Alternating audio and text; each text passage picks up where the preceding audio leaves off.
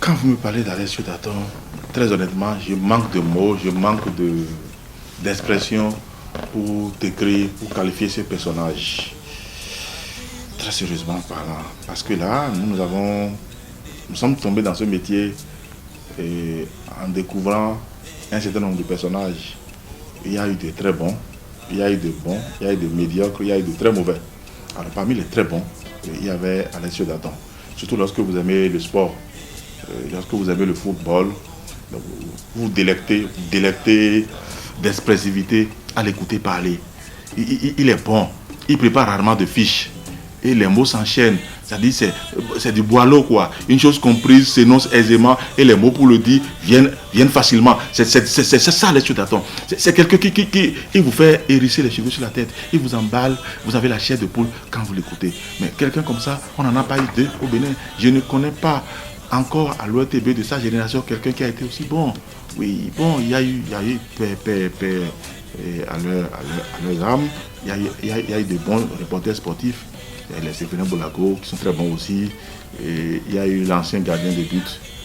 Et Lucas Soba, très bon, reporter sportif, mais très franchement, la dimension de Alessio Daton, c'est de l'hyperbole, c'est de l'hyperbole. En réalité, le qualificatif pour désigner Alessio Daton, on va pêcher par les mots pour trouver la juste expression pour désigner qui il était, ce monsieur. Franchement, même malheureusement, il est mort dans le dénuement comme on l'a connu.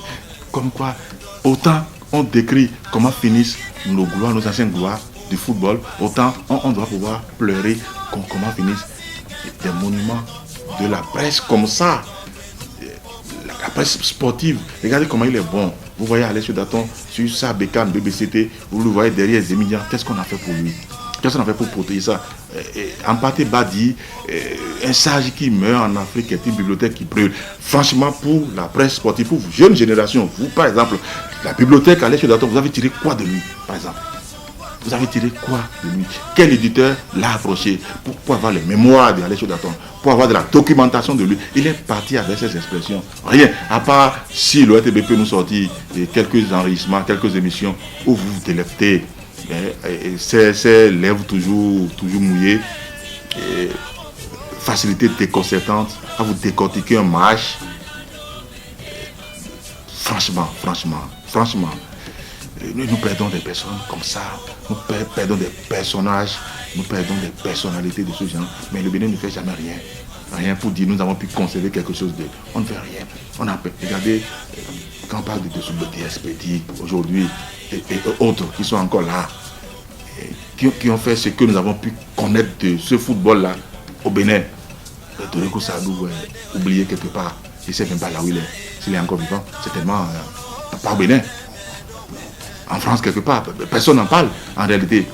Mais c'est pas normal, c'est quand ils vont mourir, quand on se met à courir pour dire on a perdu Doreko Sadou, on a perdu Dessoubeté Expédique, on a perdu Éloge, ici, des requins.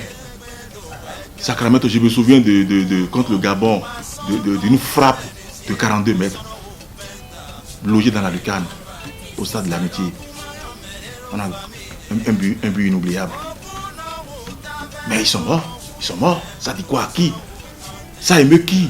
Qu'est-ce qu'on a fait? Qu'est-ce qu'on a mis en place pour ça? Mais il n'y a qu'en politique que des personnages vont nous intéresser, des personnalités. Mais attendez.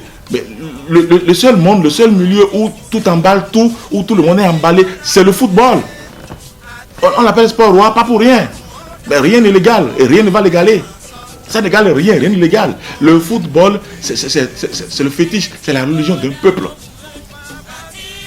Et on ne peut rien faire pour aider la jeunesse à avoir des icônes, à avoir des mémoires, à avoir des bibliothèques pour ces gens-là, à se souvenir d'eux, à se rappeler leurs exploits. Et ça va tomber dans l'oubliette, comme je t'attends, bientôt. Moi, je suis journaliste, moi je l'ai connu. Il m'a donné la passion du football. Mais en regardant des personnes comme ça, ce qu'ils disaient des joueurs, de nos joueurs, et moi, je n'ai pas eu de la peine à m'investir dans l'économie du football. Mais on doit les laisser comme ça chaque fois. Mais c'est triste. Je manque de mots pour le dire. Doyen Alex, je t'attends. Paix à ton âme. J'espère que tu vas fabriquer beaucoup de générations comme toi. J'espère qu'Alouette et bien la télévision nationale, les jeunes aujourd'hui quand même très talentueux, qui se meuvent, qui se battent, ont quelque chose de toi, ont pu copier quelque chose de toi et pourront nous laisser des traces inoubliables comme tu l'as été, cher doyen. Je suis retraité, maltraité, endetté, hypothéqué, mais pas malheureux.